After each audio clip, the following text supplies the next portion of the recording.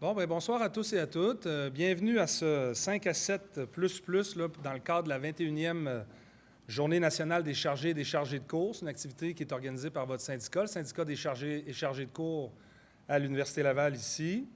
Donc, je me présente, François Proulx-Dupéré. Moi, je suis secrétaire général au Conseil central de Québec-Chaudière-Appalaches de la CSN. Tout simplement, les syndicats de Québec et de Chaudière-Appalaches sont affiliés chez nous et nous, on fait tout ce qui est en dehors de la convention collective. On fait beaucoup de sociopolitique.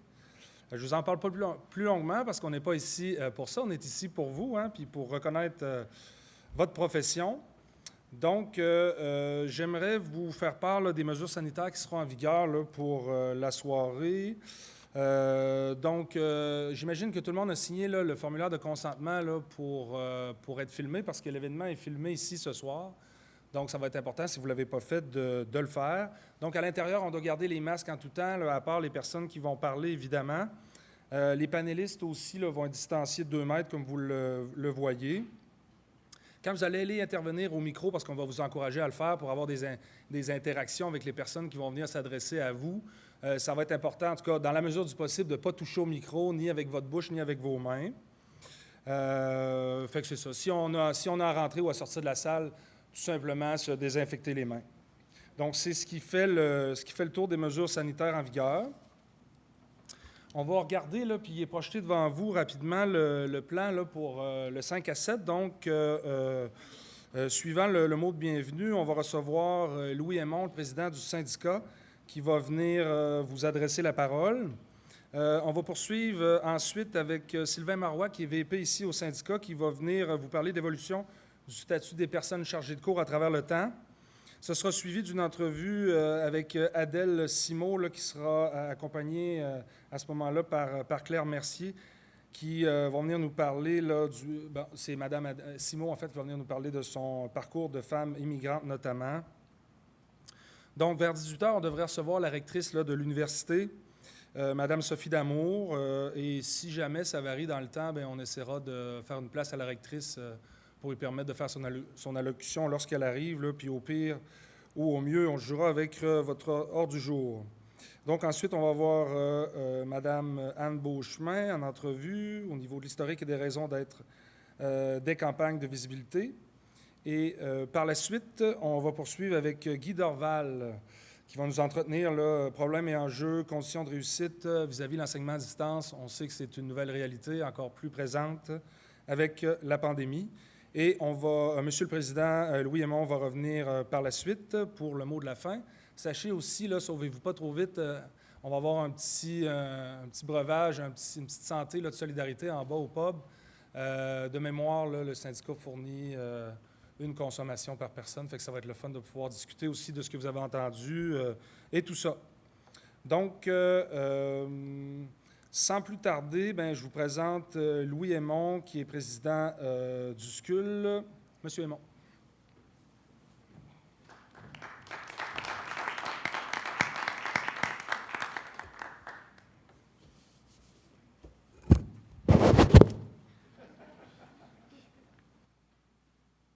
Ne fallait pas faire, c'est ça?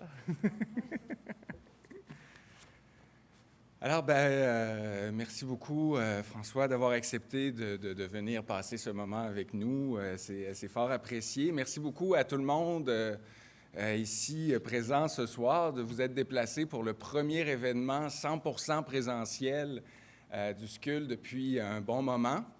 Donc, merci surtout d'être présent pour souligner la Journée nationale des chargés et chargés de cours. La 21e, comme vous le savez déjà, par votre présence, donc, vous soulignez à quel point les personnes chargées de cours sont indispensables pour l'Université Laval, bien sûr, mais aussi pour l'ensemble des universités au Québec. En effet, dans toutes les universités, on observe la même chose. Les personnes chargées de cours sont les principaux acteurs de l'enseignement de premier cycle. Et depuis qu'ils existent, les chargés de cours, ce qui caractérise leur profession, c'est leur engagement et leur dévouement pour l'enseignement. Bref, sans la contribution essentielle des personnes chargées de cours, la société québécoise manquerait d'infirmières, d'enseignants, de dentistes, d'architectes, d'actuaires, de pharmaciens et peut-être même d'avocats, donc pour ne donner que quelques exemples. C'est donc avec beaucoup de fierté que l'on peut regarder le travail accompli, session après session, par nous tous qui avons choisi d'orienter notre action professionnelle en tout et en partie vers la nécessaire transmission du savoir. Cette mission, donc, la transmission du savoir, c'est une des missions, sinon la mission principale de l'université. C'est du moins la plus importante si on considère le nombre de gens qui y sont engagés, que ce soit donc le personnel enseignant ou même le nombre d'étudiants. Et donc, travailler pour la reconnaissance des personnes chargées de cours, c'est aussi s'engager dans la valorisation de l'enseignement. Il ne peut y avoir de bonnes conditions d'apprentissage sans bonnes conditions d'enseignement. C'est donc avec cette idée en tête que je profiterai de l'occasion ici, de cette journée, pour faire un bilan qui n'ira probablement pas jusqu'au 19e siècle, rassurez-vous, mais un bilan important tout de même, puisqu'on est à la veille de souligner en 2022 les 35 ans du SCUL. Rappelons-nous qu'avant l'accréditation du SCUL en 1987, les conditions de travail étaient très variables et se négociaient à la pièce, y compris pour les salaires. Il n'y avait pas d'avantages sociaux ni de pourcentage de vacances, il n'y avait pas de pointage, pas d'accès à un bureau ou au service de secrétariat. Sans oublier que l'université limitait le nombre d'attributions à 4 cours par année et que nous n'avions non plus aucune présence sur les instances universitaires. Il va falloir attendre la 2e convention collective signée en 1991 pour que nos conditions de travail s'améliorent vraiment, on pourrait dire. On passe à un maximum de 4 cours par session, 10 cours par année. C'est le début de l'aide pédagogique, un bon rattrapage salarial et, je dirais, enfin, l'accès aux services de secrétariat. En 1991, il y avait encore beaucoup de choses qui se faisaient à la dactylo et la photocopieuse était probablement notre meilleur ami. Donc, avoir accès aux services de secrétariat à ce moment-là, c'était gros. Et heureusement, on y a toujours accès. Bref, donc, à partir de 1991, ça devient possible, avec le pointage et une possibilité de donner jusqu'à 10 cours par année, donc de penser à faire une carrière universitaire consacrée d'abord à l'enseignement. En 1998, avec la 3e convention, apparaissent les PEC, les profils d'engagement des chargés de cours, qui nous permettent donc d'élargir nos champs de pratique ou d'enseignement. Il y a aussi l'inscription annuelle. Bon, on devait suivre un jour aussi une attribution annuelle qui correspondrait à une inscription annuelle, mais bon, je reviendrai. Donc, en 2004, donc, après une grève, la 4e convention va maintenant prévoir un nouveau type de personnes chargées de cours, les chargés d'enseignement. Donc, il n'y aura plus seulement les chargés de cours à forfait.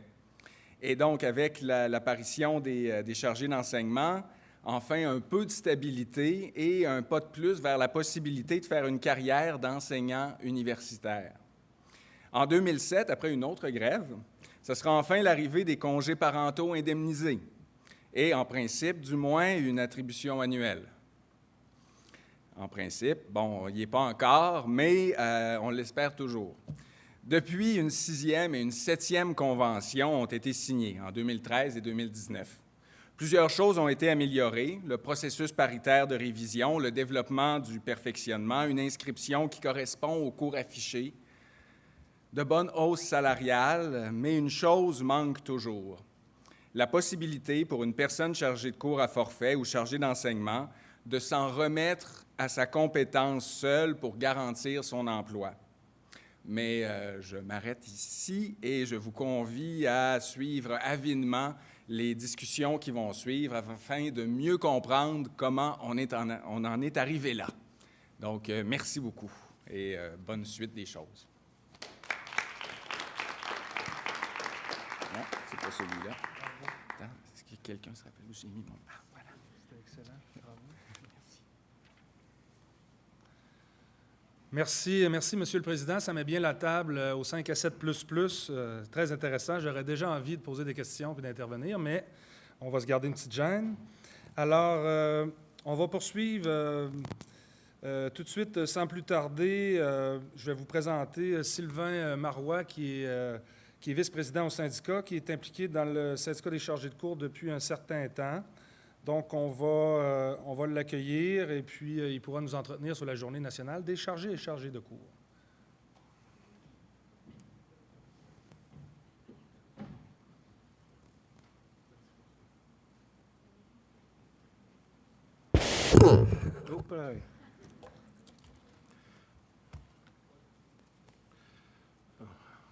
Permettez-moi de me relisser.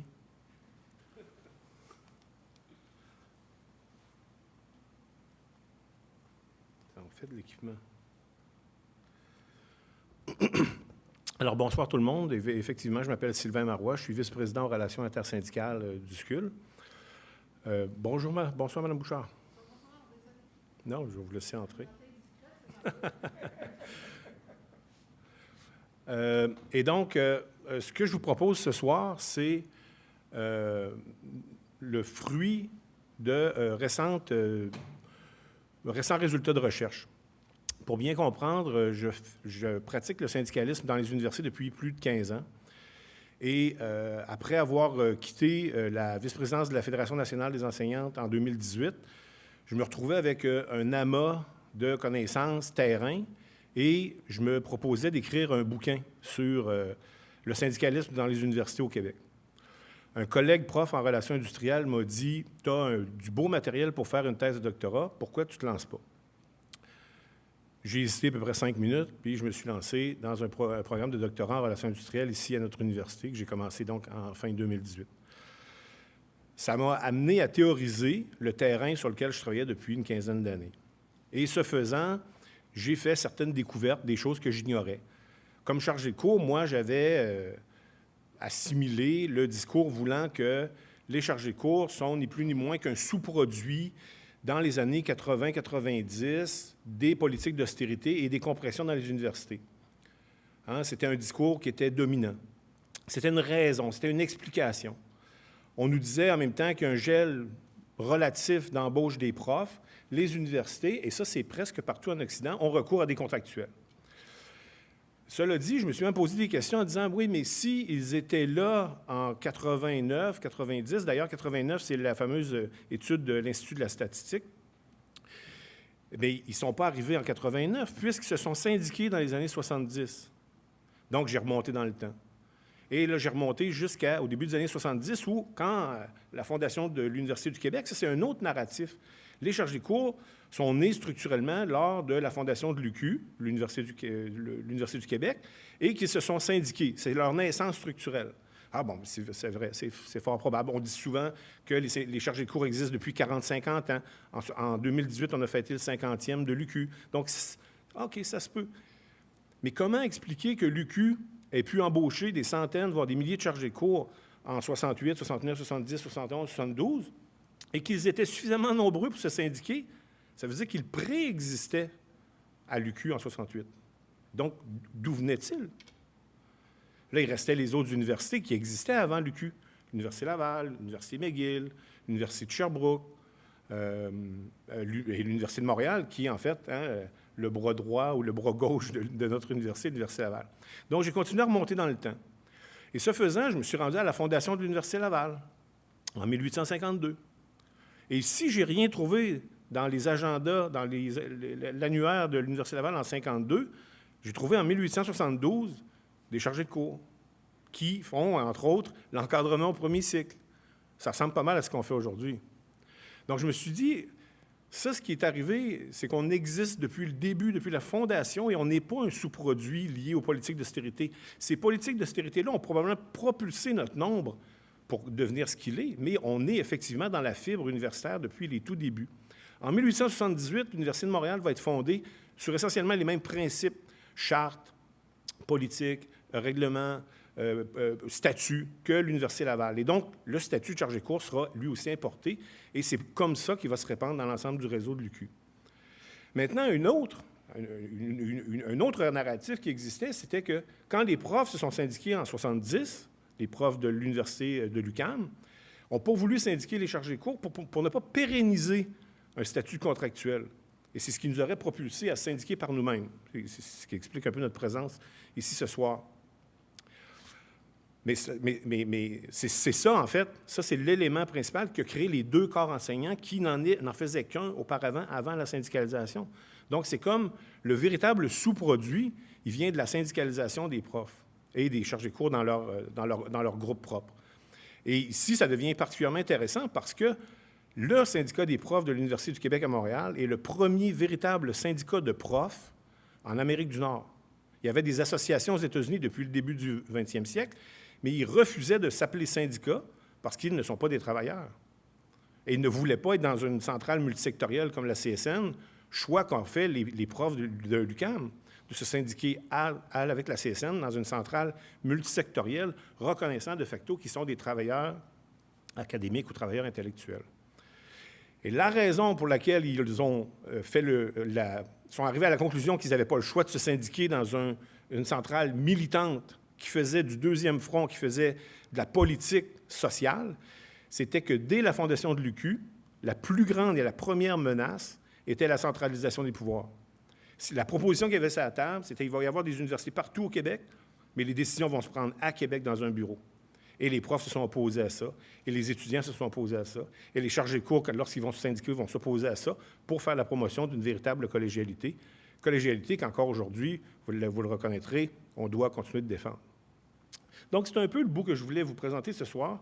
Pour moi, c'est un nouveau narratif qui nous place dans le temps, qui nous inscrit dans l'université depuis les tout débuts. Et donc, ce n'est pas vrai qu'on est un sous-produit, des demi-profs, des produits de l'enseignement supérieur à rabais. On est simplement un statut qui a toujours existé dans les universités et qui fait un travail, si vous voulez, complémentaire, assimilable à celui des profs. Donc, voilà. Ah, évidemment, les plus cyniques vont dire, oui, bien, on est précaire depuis 1872. Ce à quoi je répondrais, non, on est contractuel depuis toujours. Alors, merci. Est-ce que je prends les questions tout de suite? Oui, bien là, vous verrez, vous voyez dans notre beau programme, d'ailleurs, félicitations à Claire et Martha, je devais être accompagné d'une collègue agente de relations de travail, Valérie Roberge, mais qui, malheureusement, ne se sentait pas bien. Donc, je me suis permis de lui donner congé, pratiquant le syndicalisme, même pour les syndicalistes. Et je vous propose donc maintenant de prendre certaines de vos questions-réponses. J'ai fait volontairement la présentation un peu plus courte pour vous provoquer un peu, pour tourner un peu les coins ronds en espérant que ça vous titille, que ça vous amène à poser des questions. Alors, je vous attends de pied ferme.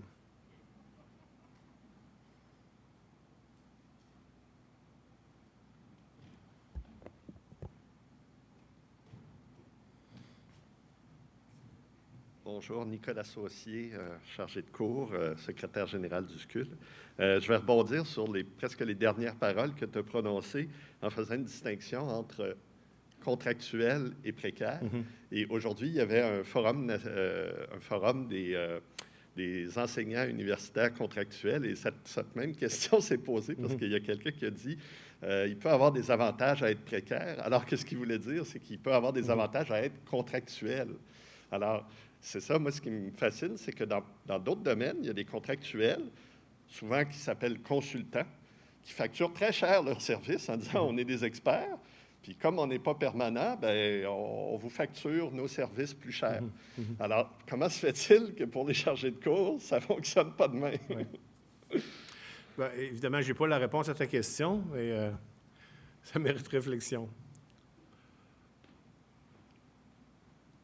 C'est vrai qu'aujourd'hui, dans le programme qu'il y avait organisé par la FNEC, avec le scientifique en chef, Mme Mécan, Pierre Cossette, là, qui est président du Bureau de coopération interuniversitaire, on a eu de beaux échanges, notamment sur la recherche. Et certains diront qu'il ne faut pas sortir la recherche du giron des professeurs, mais si on prend l'argument de l'autre côté, c'est-à-dire ce n'est pas de le sortir du giron des profs, c'est de bonifier la communauté scientifique québécoise de milliers de chercheurs universitaires disponibles et qualifiés. Donc, ce n'est pas de vider les coffres des fonds de recherche déjà insuffisants, c'est simplement ouvrir de nouvelles enveloppes à des chercheurs qui sont plus que compétents et qui sont intéressés. On dit présentement qu'il y a plus de 30 % des personnes chargées de cours qui font ou veulent faire de la recherche. Donc, il y a là toute une communauté, toute une ressource qui est sous-utilisée ou pas utilisée du tout. Oui, Anne? Bonjour, Anne Beauchemin, chargée de cours en histoire de l'art. J'aurais une question en lien avec ce que tu as présenté. Je sais qu'au début des années 80, il y a eu une étude gouvernementale sur les chargés de cours. Et puis, j'avais lu dans cette étude-là que l'appellation chargé de cours était née, en fait, parce qu'il y avait un certain nombre de personnes qui enseignaient à l'université qui ne voulaient pas laisser de côté leur pratique professionnelle. Et l'appellation est venue pour les différencier des professeurs qui faisaient que de l'enseignement et de la recherche. Est-ce que tu as d'autres informations là-dessus? Bien, ça, c'est essentiellement, c'est ça. C'est ça quand je parle de narratif dominant, c'est que à travers le temps, et ça, c'est pas de la mauvaise foi, il y a plusieurs chercheurs. Puis là-dessus, c'est important. Et puis, je vous mets au défi. Si vous faites une revue de la littérature sur les universités, l'histoire des universités, la gouvernance, le financement, le développement, peu importe le sujet, vous allez voir que dans presque tous les cas, c'est rédigé par des profs. Exemple, le volume très volumineux du 50e de la Fondation de l'UQAM en 2018, sous la direction d'un prof de l'UQAM, que j'avais mis en garde de ne pas oser publier un tel ouvrage sans aucun chargé de cours, bien, ils l'ont fait pareil. Et donc, la vision, on n'est pas là. Donc, on n'est pas là pour se raconter. Donc, quand on nous parle de nous, on parle de nous d'un point de vue biaisé. Pas de mauvaise foi, mais simplement d'un point de vue biaisé. Et ça, Hans, ce que tu soulignes, c'est simplement une autre explication. T'sais? Donc, on aurait donné aux chargés de cours ceux qui sont professionnalisants, ceux qui ont une pratique en droit, dentiste, mécanique diesel, peu importe les sujets. Mais ce n'est pas que ça. Parce que ce que j'ai trouvé dans les documents d'archives de l'Université Laval démontre qu'il y avait des étudiants, il y avait des chargés de cours avec des profils différents. Évidemment, ça n'a rien à voir avec aujourd'hui, mais qui faisaient de l'encadrement au premier cycle. Et c'était pendant leurs études, de ce que j'ai pu comprendre. Donc, c'est un statut qui a évolué, comme à peu près tous les métiers ont évolué depuis 1872, Dieu merci. Mais ça déconstruit le fait qu'on soit une bibite récente et éphémère. Ce qu'on entendait souvent, moi je l'ai entendu dans un congrès de l'ACFAS, un quick fix, un band-aid aux problématiques financières des universités. Bien entendu, cet argumentaire-là se défend, mais ce n'est pas que ça. Il faut aller plus loin, il faut aller plus globalement sur l'histoire.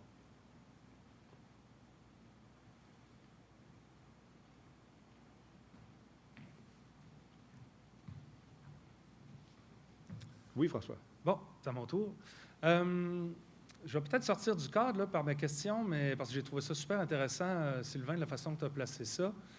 Parce que vous parliez beaucoup du statut là, des personnes chargées de cours, mais moi, en tant que profession, avec la façon dont tu vois, et probablement ton syndicat le voit, sans me donner d'exemples ou de trucs hyper concrets, moi, je serais curieux de t'entendre sur, à moyen, mettons, et court terme, la profession, selon toi, elle s'en va où? Puis c'est quoi son importance dans la société actuelle, en premier temps? Puis dans un deuxième temps, la vision que la société a de l'université avec un grand U, est-ce qu'elle se concilie bien avec la profession de chargé et chargé de cours? En deuxième temps. Ouais. On avait du temps, puis je sais que tu as des choses à dire, fait que j'aimerais t'entendre là-dessus. Merci. La question à $1 million, hein? Bien, où s'en va la profession de chargé de cours? Ça serait... Je pense que c'est une vision personnelle que je vais évoquer, mais qui est partagée par plusieurs. Parce que ça peut, effectivement, rester comme c'est là. Donc, une espèce de statu quo où on va continuer de négocier à tous les 3-4 ans, puis bonifier nos conditions de travail, puis c'est un peu ce qui se passe un peu partout, tu sais, le statu quo. Ou ça peut être aussi, encore là, quand j'ai siégé aux travaux du comité sur l'Université du futur, avec le scientifique en chef, on a fait venir des experts internationaux. Hein, comme soudainement, parce que ce sont des experts internationaux, bien, ils peuvent nous éclairer, de facto. Personne ne va remettre en cause le fait que c'était 3 mecs blancs de mon âge, ou plus ou moins, mais c'est des experts internationaux, donc de facto, ils vont nous éclairer. Et les trois ont dit essentiellement la même chose, c'est que les universités n'ont pas le choix de s'engager dans la compétition internationale pour combler le manque à gagner, notamment via les clientèles internationales, en déréglementant les droits de scolarité des étudiants internationaux, bien entendu. Puis moi, aux 3 personnes, je leur ai demandé, je leur ai posé la même question. OK, mais sachant que les foutus palmarès, ça n'a rien d'empirique, puis que c'est un peu, tu sais, la course effrénée, alors que les universités seraient bien plus gagnantes à collaborer plutôt qu'à compétitionner. Bien, qu'est-ce que ça donne? À quoi ça rime? Puis les trois ont dit, bien, c'est vrai que ça ne sert pas à grand-chose, mais comme toutes les universités le font dans le monde, bien, il n'y en a pas une qui ose cesser de le faire. Ce à quoi j'ai répondu, mais l'université ou le courant universitaire qui se démarquerait serait celui qui ferait autre chose, qui offrirait autre chose, qui refuserait de continuer sans fin dans une espèce d'imaginaire d'expansion continuelle. Ça ne se peut pas. On les voit encore là dans les revues de la littérature, un peu partout dans le monde, aux États-Unis, prenez le modèle américain, catastrophe, inaccessible et pas fonctionnel. Et 75% des cours sont donnés par des contractuels, collèges et universités confondus. Donc, c'est ça qui est sur la table, mais personne n'ose proposer autre chose et faire autrement. Parce que faire autrement, ça voudrait dire de faire des chargés de cours le plus permanent possible, le plus stable possible. Moi, je l'ai dit ce matin dans le forum sur les personnes contractuelles, ça fait 50 ans que les chargés de cours attendent que les administrations contribuent à la stabilisation de l'emploi. Peut-être que c'est le temps de mettre les syndicats au jeu pour véritablement oser stabiliser nos emplois. C'est de la négo. L'État n'interviendra pas, puis la haute direction n'interviendra pas. Ça va être avec les agents à la table de négo. Comme je l'ai dit d'entrée de jeu, c'est une vision personnelle, mais je sais qu'elle est partagée par plusieurs. Donc, si on veut professionnaliser nos chargés de cours et les garder proches, les garder disponibles, bien, il faut bonifier les conditions de travail puis faciliter la prévisibilité pour leur vie personnelle. Je ne sais pas si j'ai répondu à ta question. Ben. Oui, Caroline? Bonjour. Je pense que tu as déjà répondu à ma question, juste là, parce que je me demandais si tu en avais vu dans ta revue de littérature des modèles différents, soit ailleurs ou à un autre moment dans l'histoire. Puis est-ce que ça peut servir d'inspiration puis donner quelque chose qui est mutuellement bénéfique pour la communauté et pour les chargés de cours?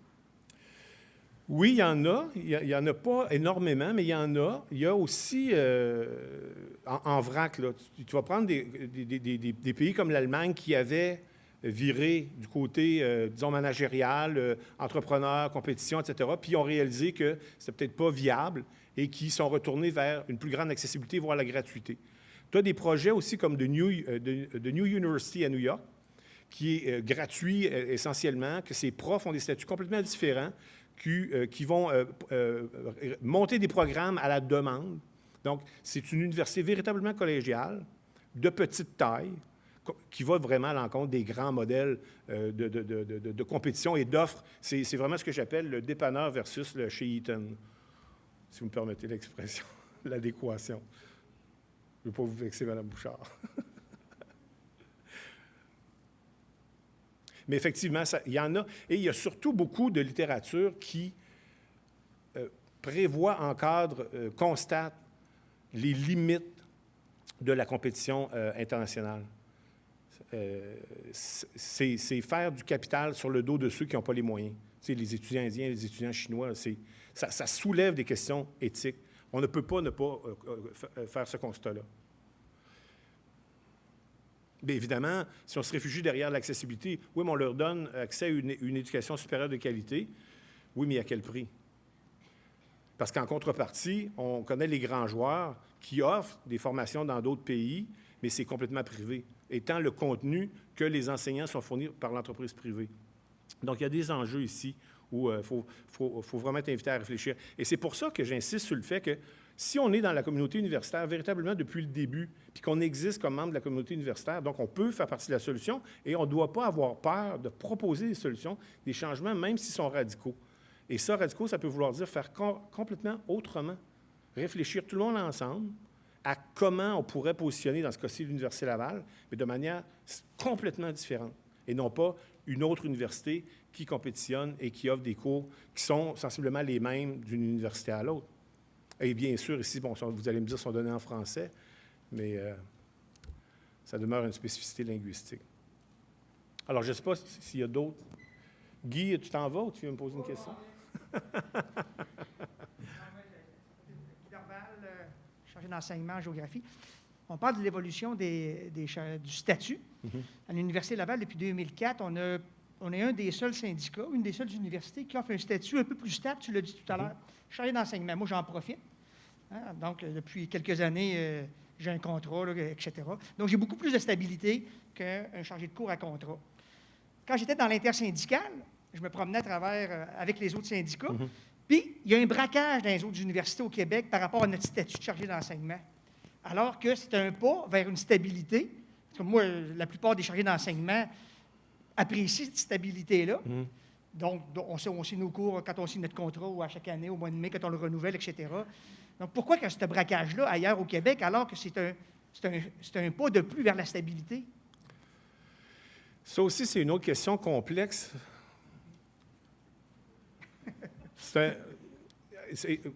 Moi, j'ai travaillé beaucoup à l'International de l'éducation, donc vraiment, j'ai eu la chance d'aller dans plusieurs pays, constater les modèles. Puis il y a des modèles qui sont bons, des modèles qui sont moins bons. Puis je me souviens, aux États-Unis, ça m'a pris quand même assez longtemps à comprendre pourquoi certains syndicats limitaient le nombre de cours que peuvent donner leurs membres. Tu sais, moi, je voyais ça comme une contrainte à l'emploi, puis ça les maintient dans une certaine pauvreté ou une pauvreté certaine dans certains cas. Mais c'est que la lecture stratégique qu'ils faisaient, c'est de rendre de ne pas permettre aux universités de boucler leur fin de mois avec des chargés de cours parce que les chargés de cours étaient limités, donc ils devaient embaucher des profs. Ils n'avaient pas le choix. Ils étaient limités. C'était une contrainte syndicale. De la même manière, les syndicats qui voudraient véritablement stabiliser leurs membres, puis les syndicats de chargés de cours, on parle des gros syndicats, généralement dans l'Université de Montréal, ils sont 3200, 3300, 2600 à McGill, ici on est autour de 1600. Si on en stabilise un certain nombre, il y a les plus bas pointés, les plus précaires des précaires qui risquent de payer pour, de perdre leur travail. Et donc, la question qu'il faut se poser syndicalement, c'est est-ce qu'on stabilise 300, 400, 500, 800 chargés de cours et au détriment de dommages collatéraux de 75, 100, 150, 300 hyper précaires, hyper contractuels, ou est-ce qu'on continue sur le modèle actuel en préservant puis en mettant un bout de tape ici? C'est pour ça, Guy, qu'il y a plusieurs syndicats de chargés de cours au Québec, et puis ça, c'est pas juste au Québec, la question se pose en Ontario, se pose un peu partout, parce que c'est un débat délicat. Moi, je me souviens, j'ai participé à la syndicalisation des chargés de cours de McGill. Puis quand on a signé la première convention, au moment de la signature, il y en a qui ont perdu leur travail. Mais on a stabilisé 2600 chargés de cours. Donc, c'est pour ça, c'est pas une question simple. Ce matin, j'étais au colloque de la FNEC, là, puis ils montaient le taux de roulement dans les universités des chargés de cours. Ça va de 30 à 60 le taux de roulement. Mais dans le fond, si c'est ce roulement-là qui se fait de toute façon, il serait bien mieux de stabiliser. Je ne dis pas à notre image, à l'Université Laval, mais c'est beaucoup plus stable. Je ne sais pas si notre taux de roulement est aussi fort, mais moi, je pense que le taux de roulement, quand il est stable, le taux de roulement, tu le diminues. Donc, moi, c'est ce que je pense. Oui, puis même pense aux avantages pour les départements de pouvoir avoir de la prévisibilité, de savoir que Guy Dorval est toujours disponible pour 7 cours par année, année après année, puis il faut juste lui donner un contrat de glissant de 3 ans, puis l'affaire est ketchup. C'est gagnant-gagnant pour les deux parties. Mais quand on entendait les chiffres ce matin à Sherbrooke, bon an, mal an, chaque session, il en rentre 300 nouveaux, puis il en sort 300 anciens, par session. Et 70 de leurs membres sont en période de probation, à cause, évidemment, du roulement. Donc ça, c'est hyper fragilisé. Ça veut dire que l'administration ne peut pas attendre de devoir de loyauté de la part de ces gens-là, parce qu'ils se disent « moi, je vais aller trouver une job à Trois-Rivières, ou n'importe qui va m'offrir un contrat, je vais y aller ». Mais en même temps, ils sont, comme un peu tout le monde, ils cherchent à payer leur hypothèque ou leur loyer ou leur auto. Donc, ils disent oui à des forfaits, puis dès qu'ils ont la chance d'aller ailleurs, ils vont ailleurs. Donc, c'est vraiment pas un modèle gagnant, c'est une voiture à 3 roues, dans le fond. Oui, madame. Ça, c'est Mme Charette. Bonjour, mon nom, c'est Louise Charette. J'avais une curiosité en parlant du statut des chargés de cours. Il y a combien de personnes qui bénéficient, bienheureux sont-ils, du statut de chargé d'enseignement versus les chargés de cours à forfait? Ici, à l'Université Laval, puis là, j'ai mes collègues, là, je dirais à peu près 160, 180 chargés d'enseignement. Puis le reste est forfaitaire. Il faut comprendre que, puis là, j'arrondis, là, puis Louis, je te regarde, mais Si on est à peu près 800 enseignants à l'automne, 800 enseignants à l'hiver, puis les chargés d'enseignement enseignent à l'année. OK, c'est bon. Parce que, bien, moi, j'ai vu l'évolution de ça. Moi, je suis chargée de cours depuis 1986. Et puis, du moment où il y a eu l'avènement des chargés d'enseignement, pour ceux qui ont pu réussir à mettre la main sur un contrat de ce type-là, ça s'est bien passé. Mais pour tous les autres, on a perdu en qualité puis en stabilité parce qu'il y a, évidemment, avec tout le processus d'attribution, bien, on se retrouve après les profs, après les étudiants de deuxième, troisième cycle, après les chargés d'enseignement, puis les forfaits, bien, on ramasse les graines qui restent. Moi, je suis privilégiée, sincèrement. J'ai beaucoup d'ancienneté, puis j'enseigne dans plus d'un département. Donc, je finis par tirer mon épingle du jeu, mais c'est vraiment rock'n'roll là, de réussir à arriver là, puis de gagner sa croûte là, de cette manière-là. Oui, effectivement. Puis ça, c'est la réalité partagée par la plupart des chargés de cours, puisqu'il y a des chargés d'enseignement ici, à Sherbrooke, à Trois-Rivières. Les 3 modèles sont complètement différents. Il y a des avantages et des désavantages. Puis, il y a évidemment, il faut tenir compte des impacts sur les forfaitaires. C'est pour ça que, personnellement, au SCUL, depuis de nombreuses années, on pratique une vision syndicale qu'on est mieux d'être tout le monde ensemble, chargés d'enseignement et forfaitaires, pour éviter de surprécariser. Imaginez si les chargés d'enseignement nous quittaient l'accréditation. Bien, non seulement on perd un nombre important, mais on perd aussi un rapport de force. Quand on va en grève avec 180 ou 200 chargés d'enseignement, la machine a intérêt à bouger. Alors que si on est juste des forfaitaires, voyez-vous ce que je veux dire? Donc, on a des intérêts communs malgré, effectivement, les conséquences de stabiliser un certain nombre au détriment de la précarisation que ça impose à d'autres. Ce n'est pas des enjeux simples. Non, c'est complexe. Effectivement. Alors, je ne sais pas où en est mon temps, mais moi, je pourrais... ça va? Je suis? Bon. Merci, Sylvain.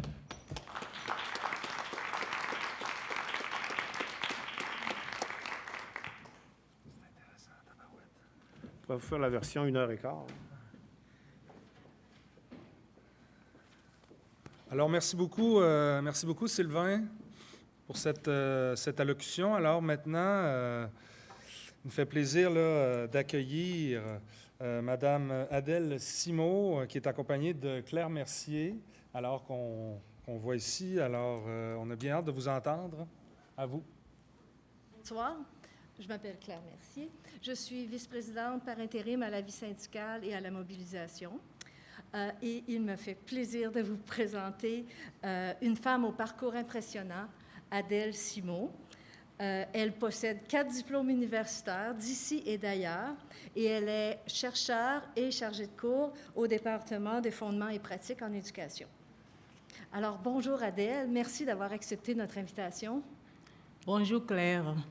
Pour moi, c'est un grand plaisir de parler de mon parcours de femme immigrante chargée de cours dans le cadre de cette 21e journée des chargés de cours.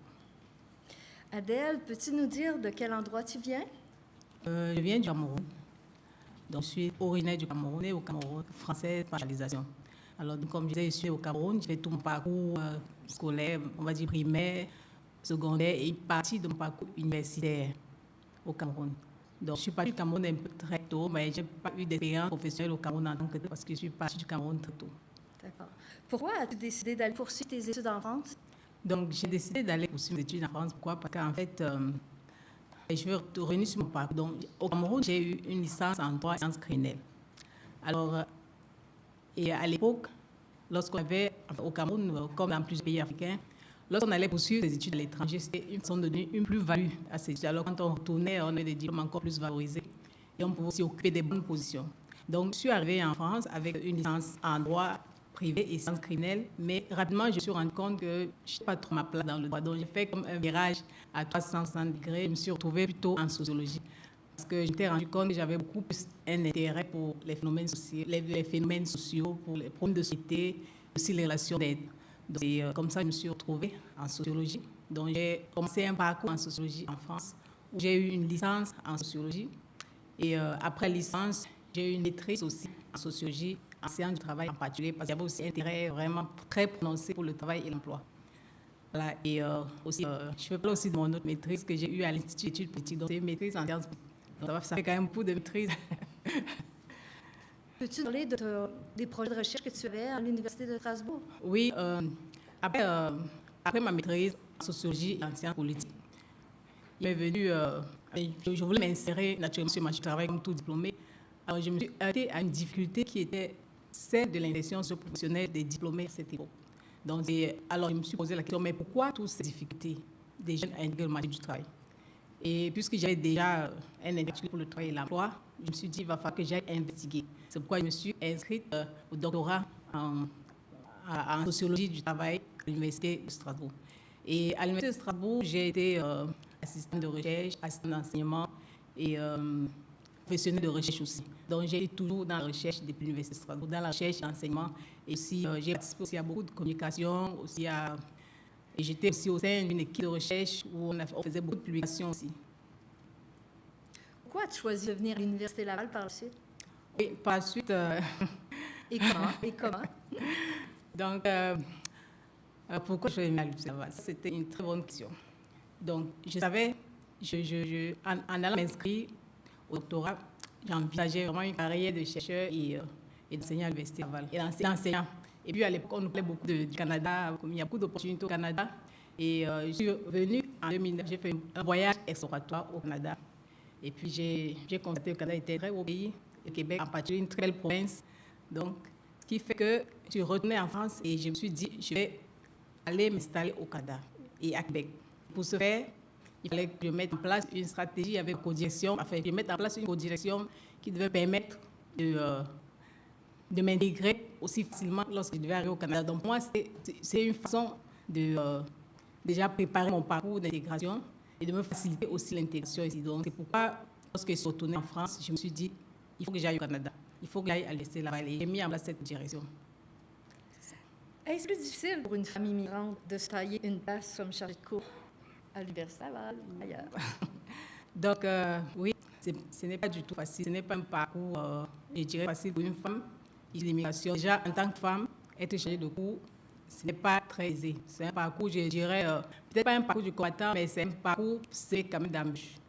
Et ici, l'immigration, ça y est encore plus. Déjà dans tous les emplois, en tant qu'immigrant, surtout on parle d'emplois qualifiés. Déjà, s'insérer en tant qu'immigrant dans certains emplois un peu haut placé, c'est difficile. Mais encore comme chargé de cours, ça l'est encore davantage parce qu'on va dire que les postes sont quand même réduits à l'Université Laval. Un poste de professeur sont réduits, oui, mais en tant que chargé de cours, il faut faire ses preuves, il faut montrer qu'on est compétent. Et lorsqu'on est issu de l'immigration, il faut montrer tout, comme il faut encore doublement travailler parce que des fois, je ne veux pas parler. Je ne veux pas aborder de discrimination ici, mais je vais plutôt dire qu'il faut prouver qu'on est compétent. Des fois, il y a la peur de l'inconnu, on ne sait pas comment l'inconnu se comporte et tout, mais il faut plus prouver qu'on est compétent, qu'on détient toutes les qualités qu'on recherche et qu'il faut aussi montrer qu'on est capable de faire la recherche, de s'intégrer de manière efficace dans une équipe de recherche. Merci. Pour vous montrer un petit peu qu'on a un petit peu plus la vidéo qu'on a préparée pour vous, on va vous présenter un petit extrait, puis après ça, je vais vous expliquer autre chose. J'ai fait pour de chargés de cours. Quels ont été mes défis? Parce que j'imagine que j'anticipe sur la question que madame devait me poser. Quels ont été mes défis? Oui, je dirais que ce n'est pas un parcours, ça n'a pas été un parcours facile. En tant que personne issue de l'immigration et en tant que femme, déjà être chargée de cours, ce n'est pas une mince affaire. Mais en tant que personne issue de l'immigration, c'est un parcours, je dirais, entre guillemets, combattant, parce que ce n'est pas facile. Il faut prouver ses compétences. Il faut montrer qu'on est à hauteur, qu'on est capable d'enseigner à l'Université Laval. Et j'ai été confrontée à ça. Donc j'ai prouvé de quoi je suis capable. Pendant toutes les années que j'ai passées au Québec, donc j'ai été impliquée dans la recherche, j'ai fait des communications, j'ai fait des publications, et tout ça pour préparer ce parcours. Parce que, comme je l'ai dit, ça prend de compétences. C'est un parcours qu'il faut préparer. Je vais parler de ma stratégie en France. C'est une stratégie que je visualisais depuis la France. Je savais qu'avec une direction, ça me permettrait d'être impliquée. Nous vous invitons à aller voir toutes nos vidéos que nous avons préparées pour la reconnaissance des chargés de cours. Allez visiter notre site YouTube et vous allez pouvoir voir l'intégrale de cette vidéo et d'autres, bien sûr. Alors, on vous demande aussi non seulement de visionner, de l'aimer, de la liker, faire un pouce en l'air pour qu'on puisse avoir plus d'abonnés et beaucoup plus de monde qui voit tout ce qu'on a pu préparer et qui est intéressant sur les personnes chargées de cours. J'en profite pour remercier Nicolas Lefebvre-Legault qui a fait ça pour nous, les vidéos. Il travaille au Conseil central Québec-Chaudière-Appalaches. Il a réalisé l'ensemble des vidéos et tout le montage. Alors, maintenant, je voudrais vous inviter, je vais avoir une dernière question pour Adèle après, mais j'aimerais vous inviter à me poser des questions si vous en avez.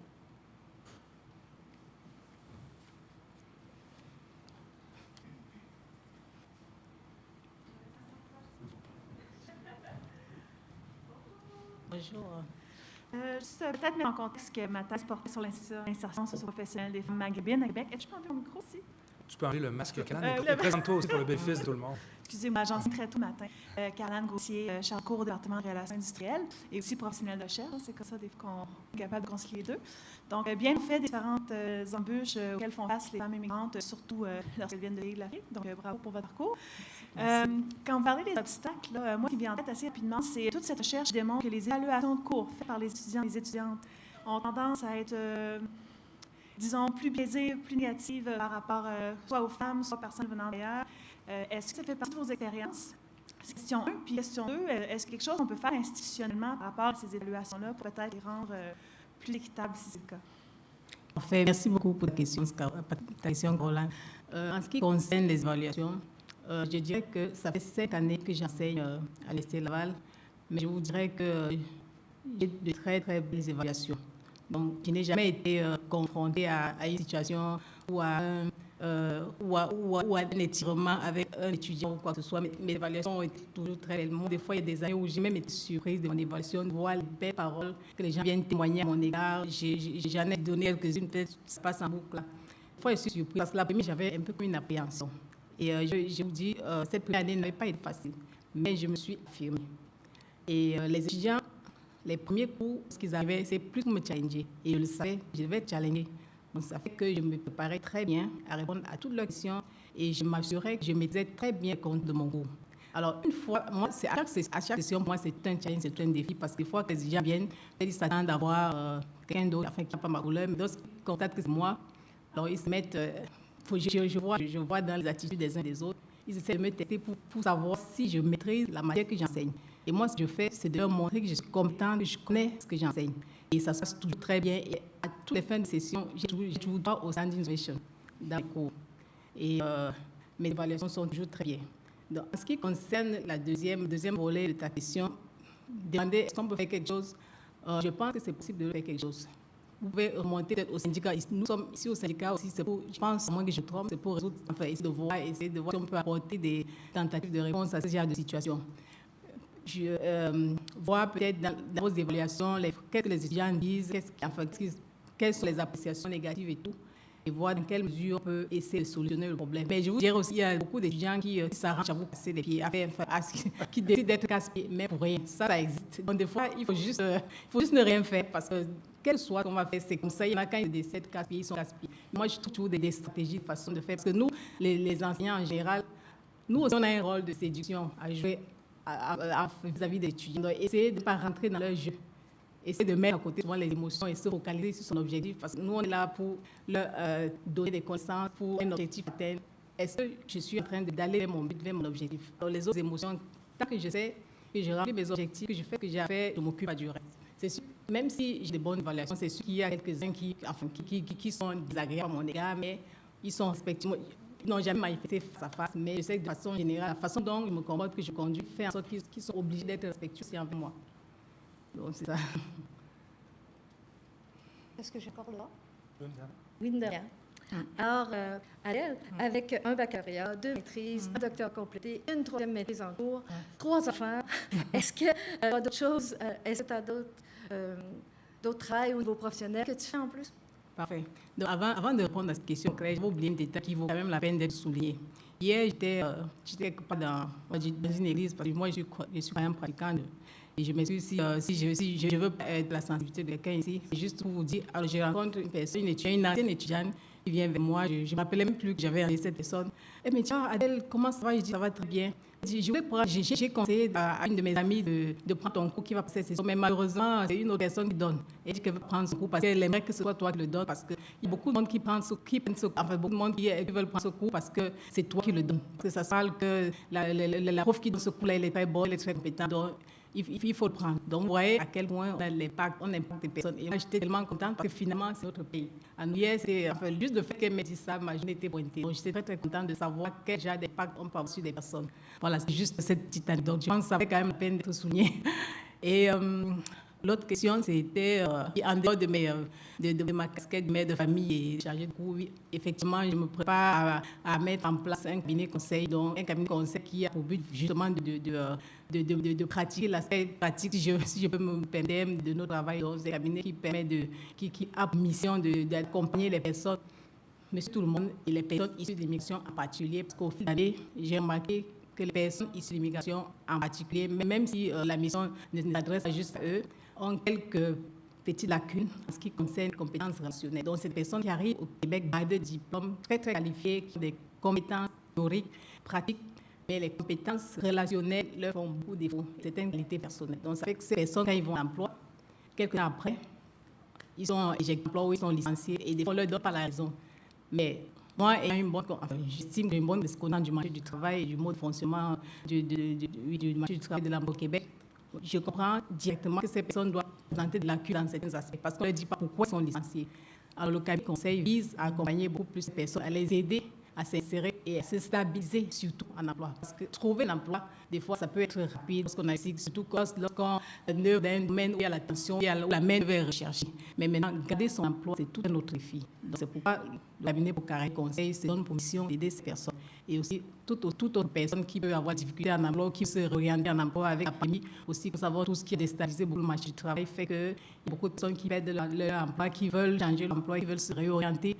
Nous sommes là pour les aider à faire ça aussi. Pour Carré Conseil, on se donne la mission de faire la recherche. La recherche, en particulier la recherche qualitative et quantitative sur la population immigrante, sur les institutions professionnelles et aussi à donner certaines formations aussi aux gestionnaires. Je tiens beaucoup plus à cette formation gestionnaire parce que nous, on a constaté aussi que les gestionnaires ont aussi quelques petites lacunes en ce qui concerne la gestion de la diversité.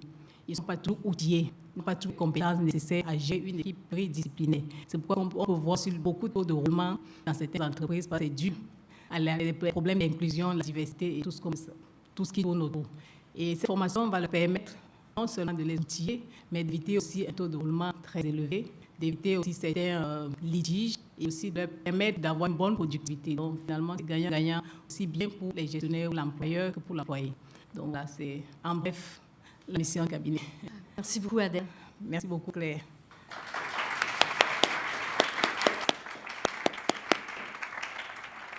Merci beaucoup, Claire. Merci beaucoup, Madame Simot, pour l'allocution. Bravo pour le parcours riche et varié. C'est super intéressant. Merci beaucoup. Donc, à ce stade-ci, on va accueillir Madame la rectrice Sophie Damour et vous dire aussi qu'elle est accompagnée par Madame Bouchard, la vice-rectrice ici à l'Université Laval.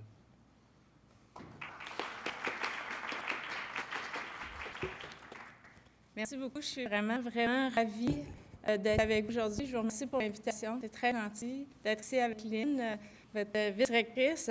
On dit vrai dire maintenant à l'équité, la diversité, l'inclusion et aux ressources humaines. Je veux saluer Louis Aymon, M. Aymon, votre président au syndicat des chargés et chargés de cours de l'Université Laval, à vous tous et toutes.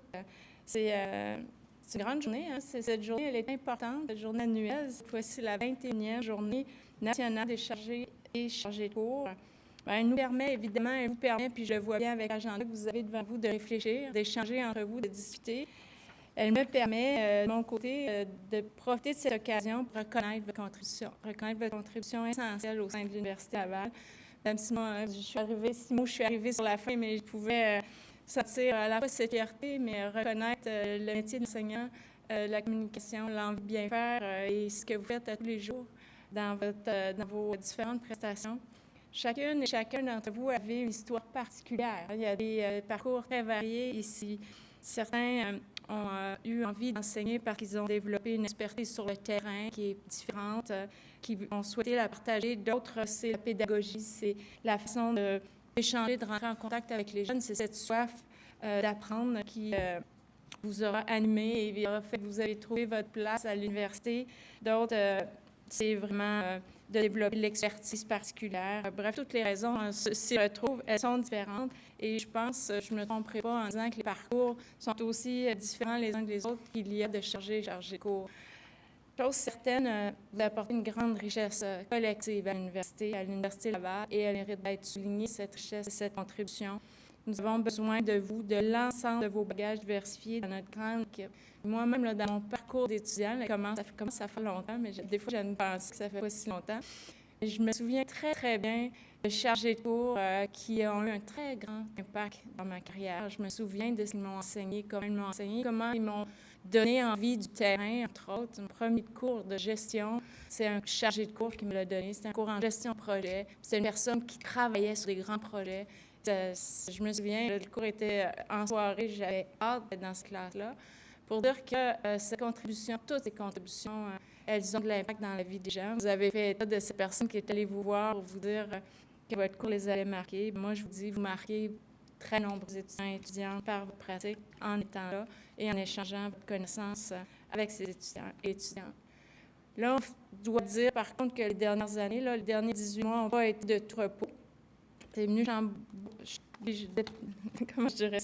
déranger notre vie, chambouler notre vie. Comme plusieurs autres, vous avez travaillé dans l'urgence pour basculer, pour faire en sorte que nos étudiants puissent diplômer. Nos étudiants et étudiantes puissent diplômer. Vous vous souviendrez de la fin de la session d'hiver 2020. On a travaillé à sauver cette session-là. Vous avez été au front avec la grande équipe de l'Université Laval à faire en sorte qu'on puisse y arriver. Vous avez fait preuve d'une immense capacité d'adaptation, c'est clair. Vous avez aussi été présent pour les étudiants et les étudiantes qui avaient besoin d'être guidés à ce moment de stress, d'inquiétude. Les étudiants et les étudiantes, eux aussi, se posaient tant de questions, ne savaient pas trop comment les choses allaient se passer. C'était une période extrêmement difficile.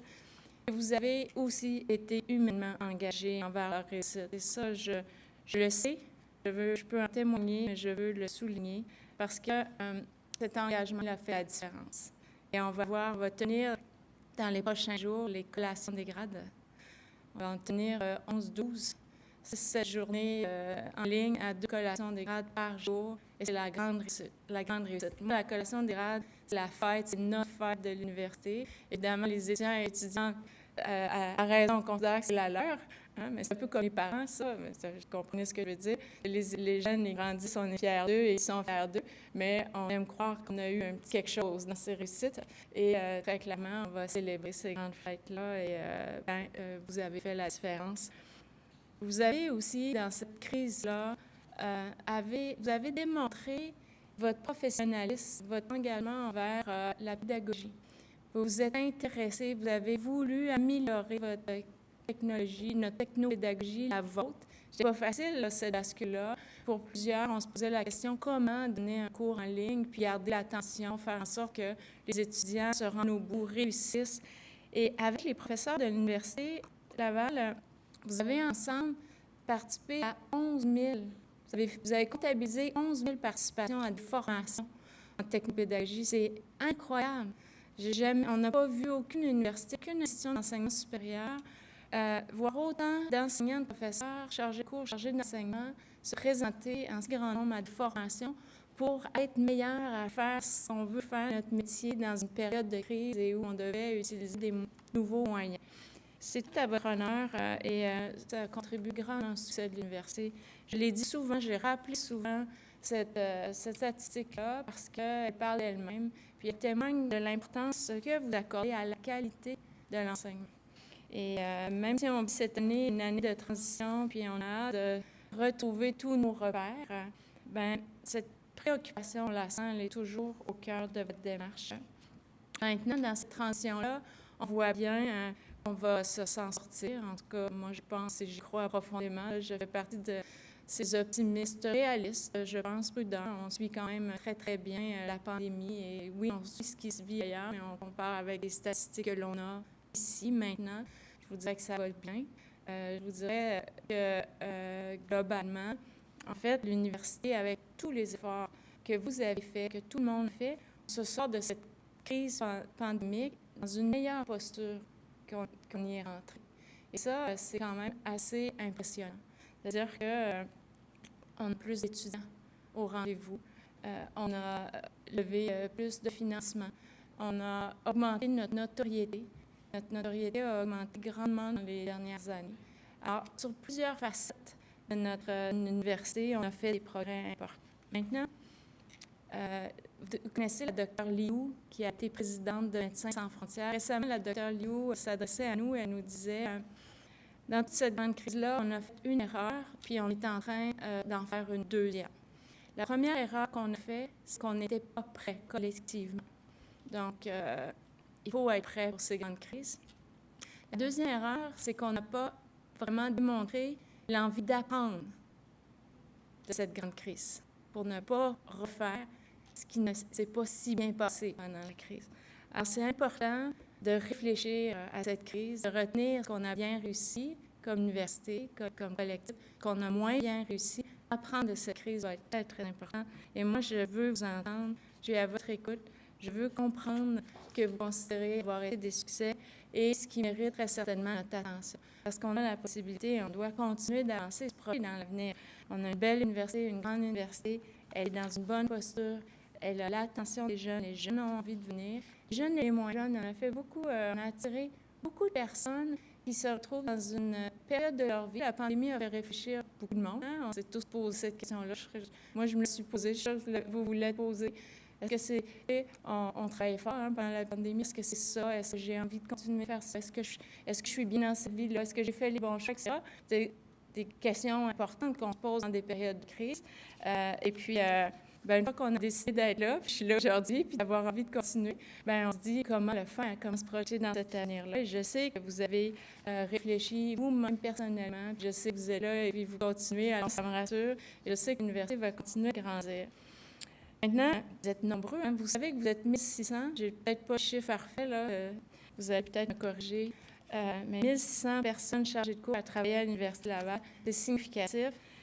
Puis on comprend qu'à titre d'enseignant contractuel, vous avez parfois un pied à l'université, un pied à l'extérieur. Et ça, c'est riche aussi. Vous apportez une richesse, puis dans les réflexions sur la transformation de l'université et de la société, parce qu'on n'est pas déconnecté de la société, l'université, on vit dans cette société-là. Et ces transformations affectent notre développement. Ça va être important de vous entendre aussi. On veut savoir ce que vous pensez de tout ça. Dans notre année record, je vais dire ça comme ça, c'est 55 000 étudiants et étudiantes à l'université. On a franchi ce cap, c'est majeur. Pour arriver à déployer les propositions pédagogiques, ça ne se fait pas tout seul, ça ne se fait pas chacune, isolés les uns les autres. On fait partie d'une équipe pédagogique qui travaille ensemble pour faire avancer l'université. Et votre rôle dans cette équipe, il est important. Je sais, parfois, pour certains, souvent, vous pouvez vous sentir un peu loin de cette équipe, un peu isolé. Et ça, entre autres, la nature des contrats peuvent contribuer à ça. Et certains d'entre vous ne sont pas souvent sur le campus ou manquent d'opportunités d'être en contact avec vos collègues dans les différentes unités ou encore dans les facultés. Pour pallier à ça, avec le syndicat, l'équipe du Vrai Dire ont travaillé à élaborer un guide d'accueil. Ça, c'est important. Guide d'accueil spécialement pour les chargés de cours et chargés d'enseignement. Faire en sorte qu'au moins on partage la façon d'accueillir nos collègues, même s'ils sont dans un contexte qui est un peu difficile. Puis particulièrement en temps de pandémie, on s'entend, c'était pas facile pour les nouveaux, nos nouveaux enseignants, nos nouveaux chargés de cours et chargés d'enseignement. Alors j'espère que ça va servir de base commune, de référence pour faciliter l'intégration, faire en sorte que, parce que plus vite on a cette intégration, meilleure cette intégration va être, plus facile seront les contacts par la suite. Alors comment on peut réussir cette intégration? On le souhaite vraiment. C'est un exemple de travail qu'on peut faire ensemble, le syndicat et l'université, la direction, pour développer des approches qui sont positives et constructives, qui permettent de trouver des solutions. La convention collective actuelle a été adoptée en 2019. Elle a été la première à être complètement réécrite de manière inclusive à l'Université Laval. Ça a donné le temps. Vous avez lancé cette approche dans notre rédaction qui est importante, qui permet de reconnaître les hommes et les femmes qui travaillent à l'université. Maintenant, depuis près d'un an, la procédure aussi d'attribution des cours a été revue. Cette nouvelle façon de faire a fait l'objet de plusieurs discussions. L'objectif est de répondre à vos préoccupations, mais aussi de trouver une façon satisfaisante pour tous et toutes. C'est ce qui a été trouvé. Alors, chapeau.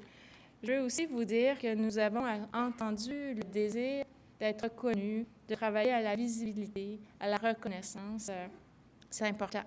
Et on va continuer de travailler avec vous en mode solution pour le faire, bien le faire, et utiliser nos différentes plateformes par ailleurs pour permettre le rayonnement des chargés de cours, chargés d'enseignement. Vous aurez, j'espère, remarqué qu'on travaille dans cet esprit-là, notamment avec le rapport à la communauté.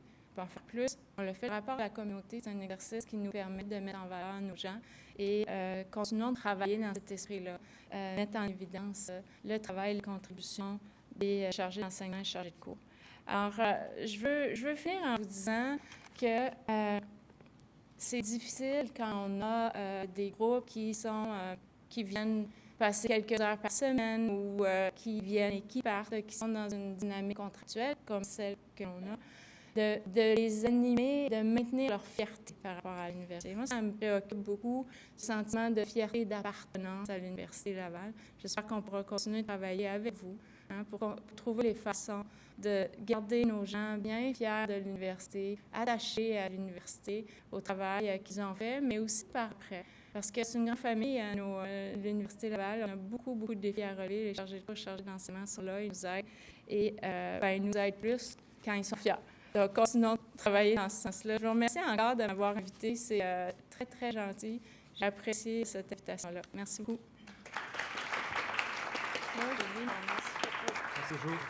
Merci avant de partir.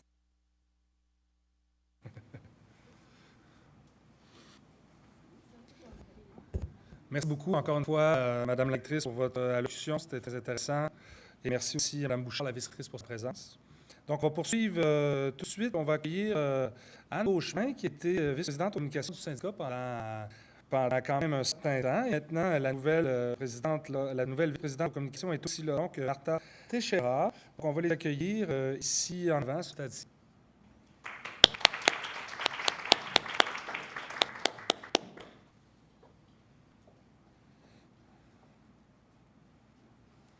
Bonsoir tout le monde, j'espère que vous passez une belle soirée. Martha Teixeira, merci pour la bonne prononciation, chargée de cours en sciences de l'éducation. J'ai eu le plaisir d'interviewer Anne Beauchemin le 12 novembre dernier et je lui ai posé plusieurs questions par rapport aux campagnes de visibilité. Donc, Anne Beauchemin, comme disait François, elle a été vice-présidente de communication pendant 9 ans. De 2012 à avril 2021. Et j'ai appris énormément avec elle ces derniers mois. Donc, cette entrevue, on va parler un petit peu, puis comme Claire Mercier disait tantôt, toutes ces entrevues, spécialement conçues pour la Journée nationale des chargés de cours, elles sont disponibles dans notre chaîne YouTube. Et donc, la version intégrale, ça varie entre 13 et 25 minutes à peu près. Donc, aujourd'hui, on donne un petit... mots sur ces entrevues, mais c'est à vous après de ce cœur vous en dit de les visionner. Donc, j'ai posé plusieurs questions à Anne pendant cette entrevue qui est disponible sur la chaîne YouTube. Et justement, je lui ai posé la question par rapport aux différents types de campagnes de visibilité, puis elle nous a expliqué un peu. Je vais le laisser parler sur ça. Oui, en fait, les campagnes de visibilité... ça a été une grande partie de mon travail que j'ai fait en communication pour différentes raisons. C'est que je sentais, ça faisait plusieurs années que j'étais chargée de cours avant de devenir vice-présidente de communication. Et puis, par la rencontre que j'avais faite, d'autres collègues enseignaient, je trouvais qu'il y avait énormément de travail qui était fait par les chargés de cours. Et je trouvais qu'on était absent, que beaucoup de gens, à l'extérieur de l'université, quand on parlait de chargés de cours, mais on ne savait pas trop c'était qui les chargés de cours, tout. Et puis, je me suis dit, bon, il y a quelque chose qui manque, les gens ne me connaissent pas. Et peut-être que c'est ajouté à ça, le fait que j'enseigne l'histoire de l'art, puis qu'en histoire de l'art, on parle de visibilité, c'est la raison d'être des œuvres d'art. Donc, tout ça mis ensemble a fait en sorte que, au sortir quand je suis arrivée à mon poste, c'était la fin de négociations, et puis, on avait fait beaucoup d'affiches sur le travail qu'on fait, les choses qu'on demandait pour améliorer nos conditions de travail, et après, plus rien. Et là, je me suis dit, on retombe dans l'absence, on retombe dans l'invisibilité. Et c'est ça qui me heurtait, en fait. Ça me heurtait, moi, personnellement, mais j'étais heurtée aussi pour les autres. Et une fois, par hasard, je suis tombée sur une petite affiche qui avait été faite, qui avait juste un message sur le chargé de cours, mais une phrase qui était positive. Et là, il y a eu comme une sorte de déclic. Je me suis dit, pourquoi on ne fait pas connaître le travail qu'on fait? Pourquoi si on veut connaître ce qu'on fait, plutôt que d'attendre qu'on nous reconnaisse, on peut peut-être travailler à se faire connaître nous-mêmes. Et c'est là que, finalement, on a commencé. On était encore en période de négociation à ce moment-là. C'est là qu'avec mes collègues du conseil exécutif, on a pris la décision de faire 2 campagnes. Une campagne pour la négociation et une campagne de visibilité pour les chargés de cours. Et assez rapidement, on s'est rendu compte que, premièrement, on a fait beaucoup de recherches sur le travail qu'on fait nous-mêmes à l'université. Et on était surpris par différentes choses, différentes informations qu'on a trouvées. Entre autres, on enseigne dans 57 départements sur 60. On est partout, c'est ce que ça veut dire. Et puis, alors, c'est ça. On a commencé à faire une série d'affiches qu'on a placardées au début. Le premier objectif, c'était de se faire connaître dans notre milieu de travail à l'université. C'est la raison pour laquelle on a fait des affiches qu'on a mis un peu partout dans les départements. Il y a des babillards de chargés de cours. Alors, on mettait nos affiches dans chaque babillard. On a mis des affiches aussi sur les bureaux des chargés de cours et des chargés d'enseignement. Et là, on a commencé à recevoir des messages, à rencontrer des chargés de cours qui nous disaient « On est content de ce que vous faites parce que ça donne une image positive de notre travail. Ça donne, en fait, pas une image positive de notre travail, ça montre l'importance qu'on a à l'université. » Alors, c'est ça. De fil en aiguille, on a été encouragés à faire ces campagnes. Puis, moi, j'ai toujours défendu l'idée qu'il faut être là constamment, qu'il ne faut pas suivre uniquement les périodes de négociation. Il faut être là constamment parce que notre travail, il évolue aussi avec le temps. On l'a vu avec la pandémie. D'ailleurs, on a fait une série de petites vidéos sur enseigner en temps de pandémie. Donc, voilà, ça a été vraiment, je dirais, une partie que j'ai adoré faire de mon travail parce que je trouvais que c'était important de faire. C'est ça. Oui.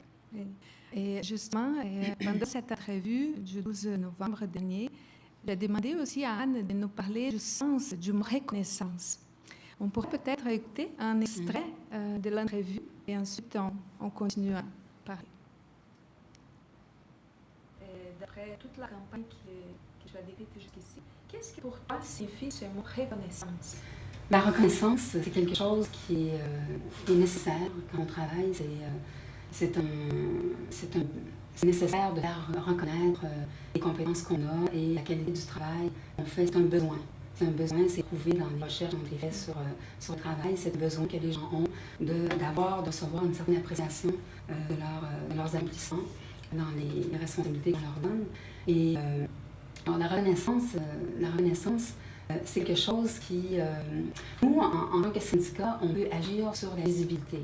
On peut agir sur la visibilité des activités qu'on a au sein de l'université. Mais la reconnaissance, elle vient de l'autre. La reconnaissance, elle vient de l'extérieur. La reconnaissance, c'est un mouvement de l'autre vers la personne qui travaille. Alors, c'est l'idée qu'on a eue quand on a entamé les campagnes de visibilité, c'était si on n'est pas assez visible, si les gens ne connaissent pas assez le travail qu'on fait, on va montrer le travail qu'on fait pour que les autres en prennent conscience. Et qu'en prenant conscience du travail qu'on fait, mais qu'ils arrivent à reconnaître le travail qu'on fait. Parce que le problème des chargés de cours que j'ai constaté, parce que je suis chargée de cours depuis plusieurs années, c'est que dans le discours sur le monde universitaire, les chargés de cours sont la plupart du temps absents.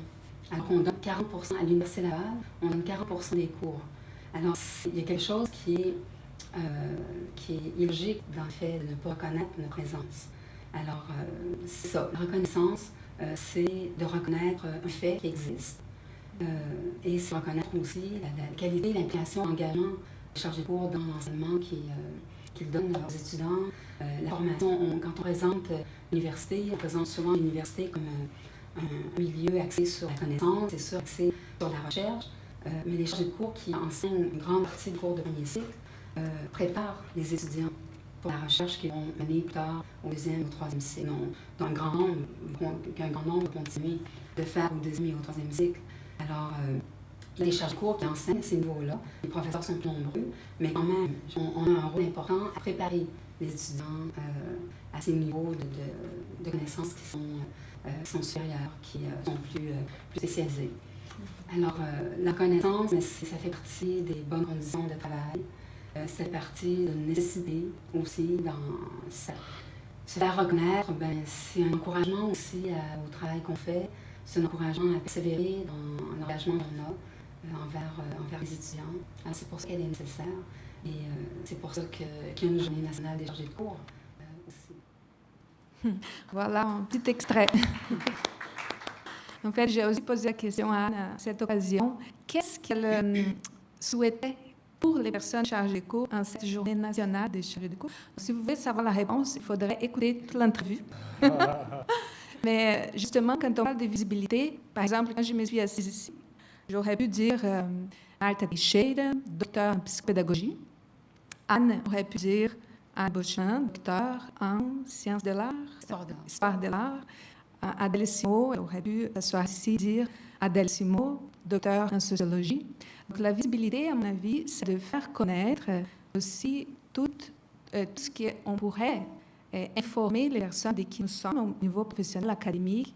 Et je pense que c'est à nous aussi, toutes les personnes chargées de cours, de nous faire connaître où nous sommes dans toutes les occasions qui se présentent. Ça fait partie, à mon avis.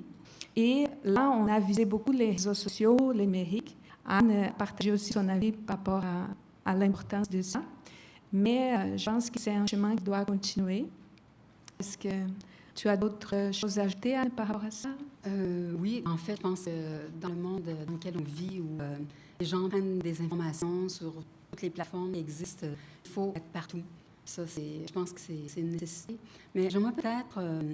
tout à l'heure, quand Mme Bamour parlait, il y a quelque chose qui m'est venu par rapport à ce que vous avez dit sur le fait que c'est difficile, vu qu'on est des personnes qui sont contractuelles, on sort d'un département, là, seulement quelques heures par semaine. Mais je pense que ça fait partie des choses que je souhaiterais pour les chargés de cours aujourd'hui. C'est vraiment une meilleure intégration dans les départements.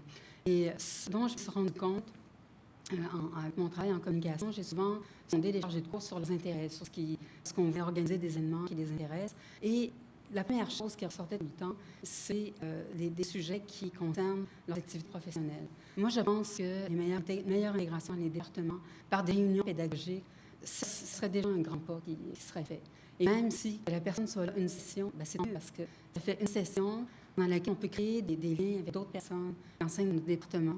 Et puis, ça fait toute la différence d'avoir cet ancrage dans le milieu dans lequel on travaille.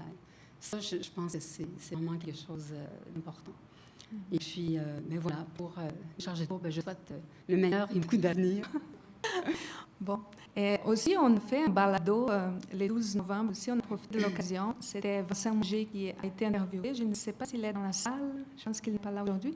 Mais ce balado, il portait sur le perfectionnement. On parlait de perfectionnement. Madame Damour parlait de combien on s'est donné dans cette amélioration pour enseigner en temps de pandémie. Donc, Vincent Mouget, il a été interviewé. On a enregistré, mais je n'ai pas encore mis en ligne. Bientôt, ça va être en ligne. Et à la fin de l'entrevue, je lui ai demandé par rapport à son regard, parce que par les biais du perfectionnement, comment lui il voyait les personnes chargées de cours. Et j'ai trouvé intéressant ce qu'il a dit. Je ne sais pas si on peut écouter un petit extrait. Donc, même si le balado n'est pas en ligne, vous allez avoir en primeur là, un petit extrait. J'espère que ça va fonctionner. Pourrais nous dire à propos de ça? En fait, ce qui est flagrant, c'est la quantité qui sont au 3e cycle, qui ont déjà qui ont leur doctorat. Ça, c'est vraiment impressionnant. La quantité qui enseignent aussi au 2e cycle. Donc, il y a quand même d'excellents chercheurs parmi nous. Les productions qui sont faites, c'est calibre international. Parfois, c'est vraiment super de voir ça. Il y a des références internationales en musicologie, par exemple, du côté des sciences, sont des choses assez merveilleuses. Et la diversité, la curiosité, les différents parcours, c'est une force des chargés de cours. Ça, c'est une des choses qui m'a motivé à m'impliquer au départ et en tant que perfectionnement, de voir ça aussi.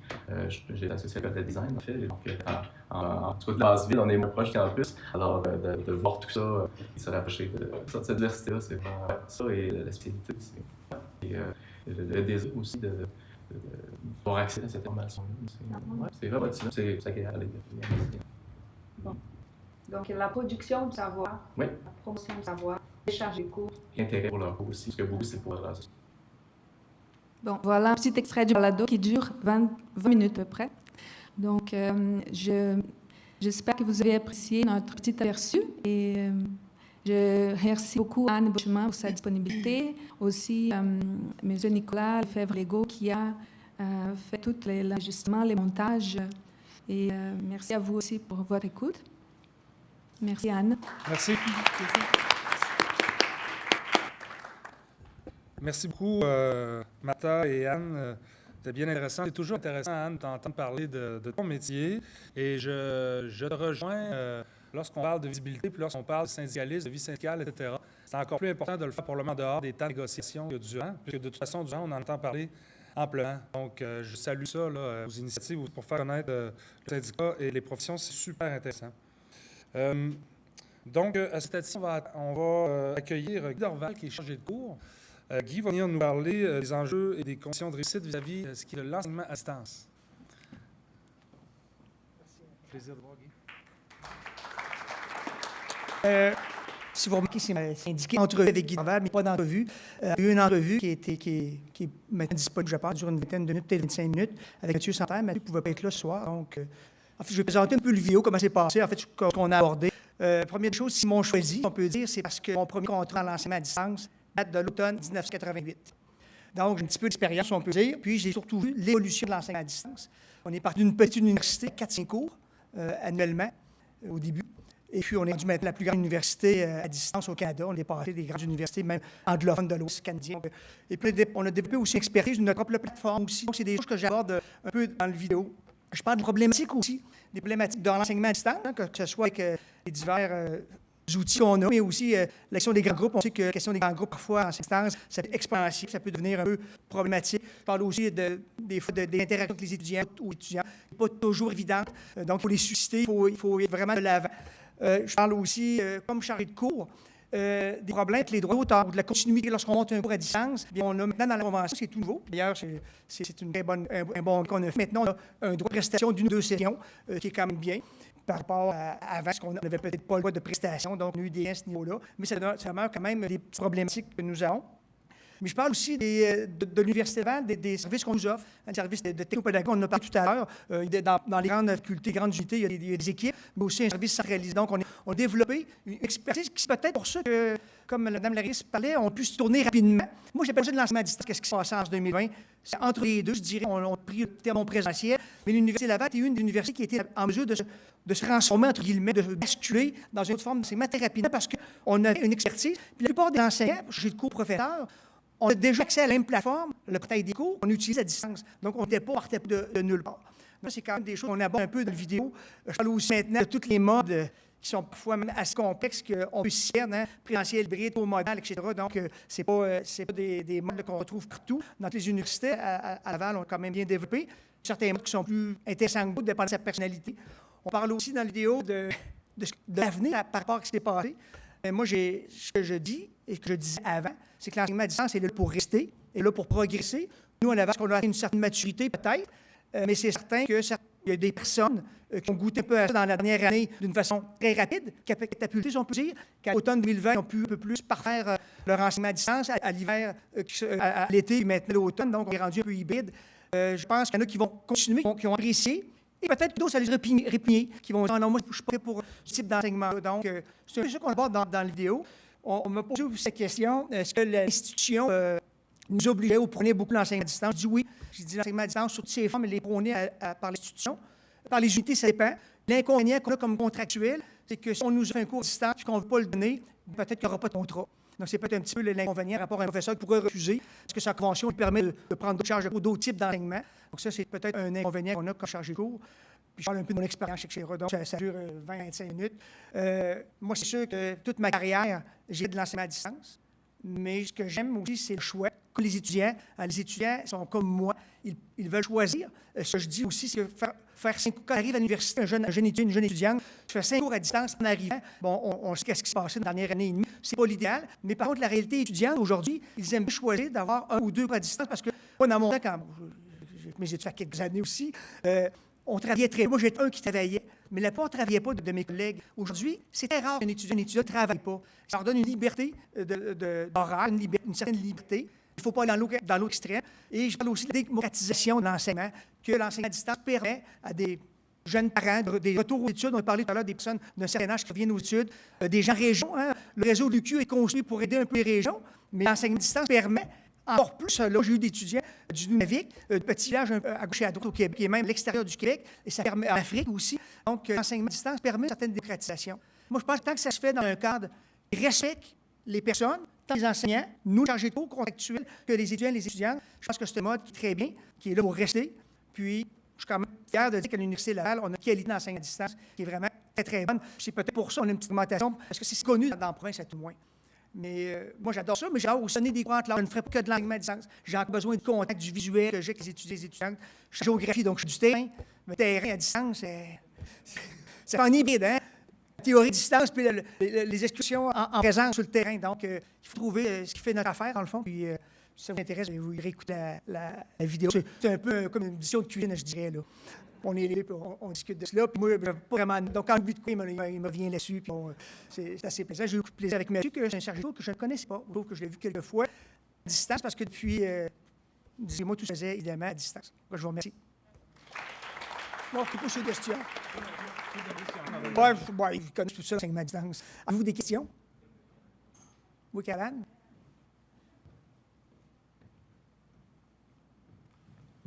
Je ne voudrais pas te poser une question, Guy. Mais en fait, sérieusement, merci pour la présentation. Tu le sais, j'aime beaucoup ton dynamisme quand tu parles de formation à distance. Écoute, ma question est complexe, mais tu es la bonne personne qui l'a posée. Considérant justement le choix que certains étudiants, plusieurs étudiants qui choisissent l'Université Laval font de favoriser, de choisir de la formation à distance, et considérant que certains chargés de cours et profs veulent maintenir le choix d'offrir le cours en présentiel ou à distance, est-ce que, par exemple, offrir le véritable choix, c'est-à-dire le cours philo en classe et en ligne ou en ligne, comme ça, il y a plusieurs cohortes, plusieurs sections, est-ce que ça ne serait pas véritablement un choix offert aux étudiants et aux enseignants?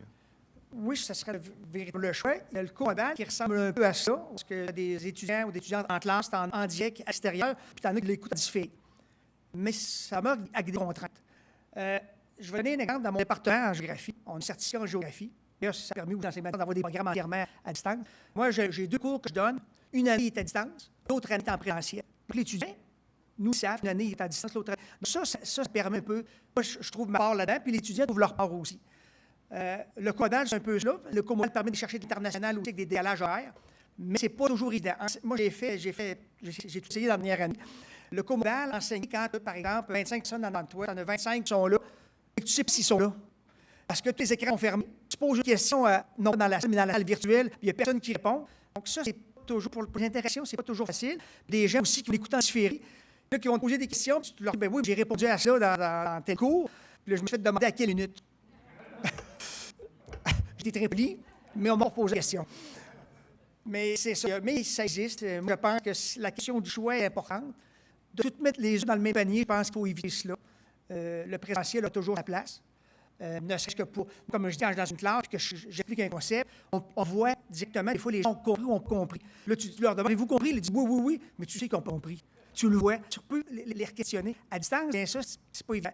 Par contre, pour l'enseignement à distance, surtout dans les grands groupes, moi, j'ai eu des cours, quand j'étais au baccalauréat, 200 personnes d'auditorium, c'est toujours les mêmes qui posent les questions, puis les gens qui sont introvertis, gênés, ils viennent poser la question après. À distance, tu peux le faire, parce que tu as le recul, tu n'as pas la gêne devant tout le monde. Donc ça démocratise aussi pour ces gens-là. Puis ça aide aussi personne. On parle beaucoup des accommodements raisonnables, en tout cas, on va être bien raisonnable, éducatif, peu importe.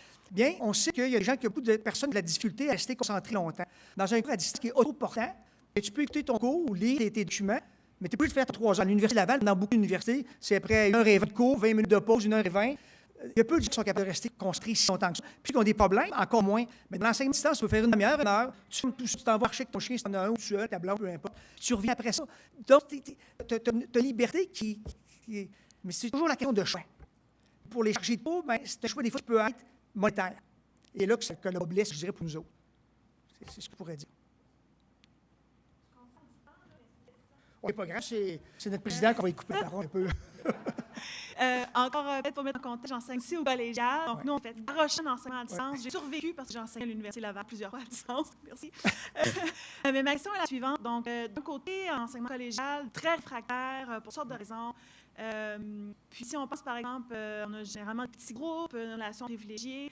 Donc, un étudiant de 2e année, par exemple, de cégep, qui n'a jamais fait de cours en ligne, qui soudainement arrive dans l'université, 5 cours, charge de travail lourde, des grands groupes. Justement, soudainement, des cours à distance, peut-être pas habitué de gérer ça.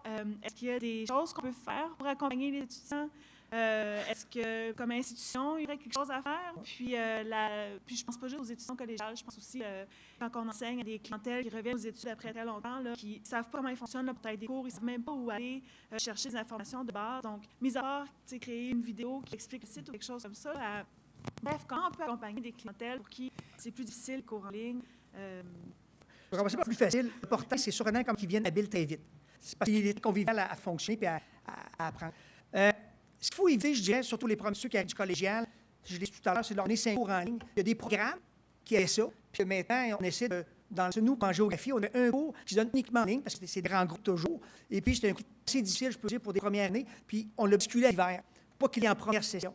Donc, c'est sûr que les premières sessions sont plus, déjà de changer d'un mode collégial à un mode universitaire, où on tient moins par la main, puis tu as moins de cours, mais plus de travail à faire de façon autonome. Ça, c'est une problématique, que tu sois en présence ou à distance. Mais d'avoir 5 cours à distance, comme on a vécu il n'y a pas longtemps, en fait, on a encore vécu cette année, c'est automne, c'est pas l'idéal.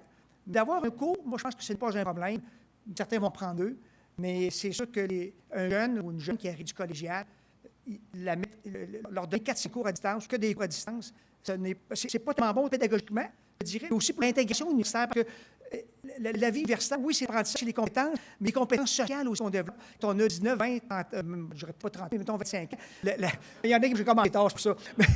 Mais je veux dire, la période universitaire, elle est formatrice aussi dans la personnalité, ce que tu sais. Donc, oui, il y a la formation pédagogique qui est hyper importante, mais le reste aussi, la vie universitaire. Puis, on a un super beau campus, il faut y être sur le campus. On va avoir des salles de classe, des infrastructures sportives, une bibliothèque, etc. Mais si on n'y a pas accès, ça n'a rien.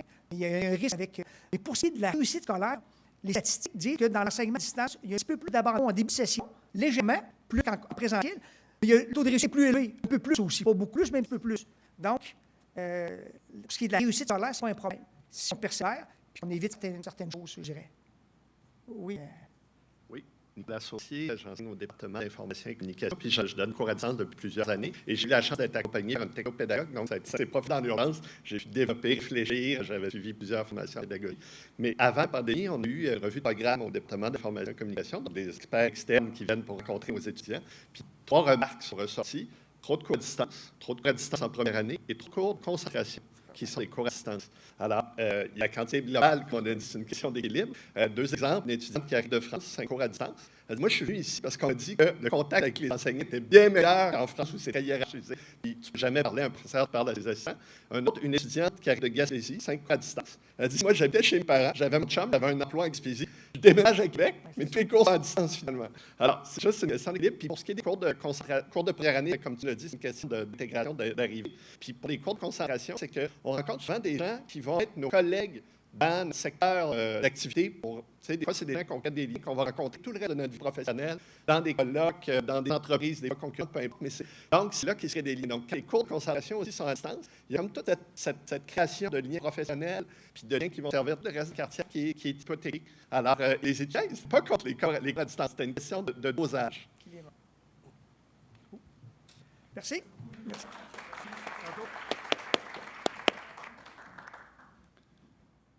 Merci beaucoup, Guy.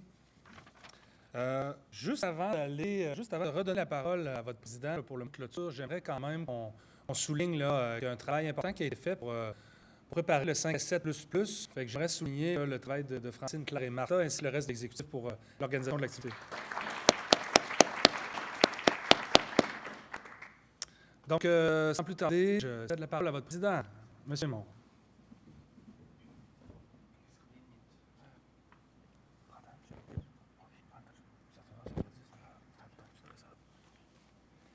Donc, merci de me redonner encore une fois la parole et merci à Mme lectrice, Mme la vice-rectrice d'être restée avec nous jusqu'à la fin. À l'Université Laval, les personnes chargées de cours sont responsables de près de la moitié de l'enseignement de premier cycle. Cela en fait le principal, le plus important groupe d'enseignants au premier cycle. Si l'on veut véritablement un jour qu'on reconnaisse à sa juste valeur, nous donc la contribution de chargés de cours, il faudrait peut-être commencer par se demander donc questionner donc sur la place qui est faite dans le budget et dans les préoccupations de nos décideurs, pas seulement à l'université, mais nos décideurs politiques. Donc, c'est quoi la véritable place de l'enseignement de premier cycle? Donc, quelle est la valeur de l'enseignement premier cycle pour nos gouvernements, nos administrateurs, nos collègues des autres corps d'emploi, nos étudiants et plus généralement de l'ensemble de la population? C'est cette question-là qui avait été posée de manière aiguë en 2012. Je ne sais pas, ça va peut-être appeler des souvenirs à certaines personnes. Cependant, on est sorti de tout cet exercice-là sans avoir une réponse consensuelle. Il y a eu plusieurs réponses et le débat s'est terminé dans une campagne électorale, dans un gouvernement minoritaire. Puis, il reste encore des réflexions à faire de ce côté-là. Cependant, il y a une chose qu'on peut affirmer sans avoir peur de se tromper. Nos conditions de travail comme enseignants sont aussi les conditions d'apprentissage de nos étudiantes et de nos étudiants. C'est donc avec ce constat en tête que nous pouvons tout de même nous projeter un peu vers l'avenir. Au début, j'ai fait un bilan des 35 dernières années, donc depuis la création du SCUL. Maintenant, donc, on regarde un peu vers l'avenir et faire une liste non exhaustive de 2 éléments. On va garder ça simple. Mais 2 éléments, je pense qu'ils pourraient justement faire partie des grands principes qui pourraient guider le mode solution. Parce que nous aussi, on a plein de solutions. Et donc, ça s'en vient, il faut en parler, bien sûr. Donc, les 2 choses donc, qui pourraient vraiment aider à disons, mieux définir la place des chargés de cours à l'intérieur de notre institution. Je vais quand même avouer que je m'inspire d'un document qu'on a produit en 2018 sur la reconnaissance. Là. Ça surprendra, j'imagine, personne. Premier grand principe, c'est qu'il faut qu'on soit présent dans les instances décisionnelles sur les questions qui touchent l'enseignement. Ce n'est pas une idée compliquée. Si l'université est une véritable communauté organisée selon des principes collégiaux, il faut que nous soyons là quand les décisions qui nous touchent sont prises. Et pas seulement de manière symbolique. Il faut assurer que notre nom soit aussi représenté de manière proportionnelle. De l'Assemblée départementale au conseil d'administration, en passant par le conseil universitaire et le collège électoral, il faut que notre présence reflète notre importance, c'est-à-dire la moitié de l'enseignement de premier cycle. Nous ne sommes pas un accident, on l'a vu tout à l'heure, ni un phénomène éphémère. Nous, les personnes chargées de cours, donc, sommes essentiels dans le fonctionnement de l'université et dans la réalisation de son mandat le plus important, comme je le disais, au moins en termes de nombre de gens impliqués, là, c'est-à-dire l'enseignement, la transmission de la connaissance. Car sans transmission de la connaissance, il n'y a pas vraiment de possibilité de développement de la connaissance. En d'autres termes, sans un enseignement de qualité, il n'y aura pas de recherche innovante. Ça va ensemble. C'est pour ça qu'il ne faudrait pas opposer constamment enseignement et recherche. Ça va ensemble. Un aide l'autre. D'ailleurs, une des choses qui est revenue dans le forum des enseignants universitaires contractuels organisé par le FNEC ce matin. Bon, notre plug en parlant. Deuxième principe. Si on fait bien son travail, on ne devrait pas avoir peur de perdre. Ça me semble une idée de base, mais qui doit nous guider. Si on a vraiment donc à cœur la qualité de l'enseignement, il faut que les enseignants puissent véritablement s'investir dans leur fonction. Je voulais souligner mieux que je pourrais le faire, je vais quand même continuer, puisque c'est ce que j'avais préparé tout de même. Donc, ils doivent pouvoir compter sur leur travail et pas toujours craindre la prochaine embauche d'un professeur ou la prochaine réforme de programme. Avoir constamment à préparer le plan B et le plan C, travailler dans le plus de départements possible, travailler dans le plus d'universités possible, au collégial, tout ça. Donc, développer aussi une pratique parallèle. Donc, tout ça fait en sorte que ça se fait souvent au dépend de l'engagement envers l'institution et la motivation à faire juste le petit plus qui change le très bien en excellent. Donc, 2 choses qui aident vraiment. Donc, si nous voulons être des enseignants qui, jour après jour, session après session, inspirent, motivent, forment, transforment, parfois malgré eux. Donc, les étudiantes et les étudiants qui nous sont confiés par une institution à laquelle nous sommes fiers d'appartenir. Donc, encore une fois, merci tout le monde. Je ne prendrai pas plus de temps, mais donc on aura l'occasion d'en reparler, j'espère, avant le 22 novembre 2022. Donc, merci, bonne soirée. Donc, tout le monde, évidemment, est invité. N'oubliez pas le verre de l'amitié au foyer. Donc, au plaisir de vous rencontrer. Et merci encore d'être venus.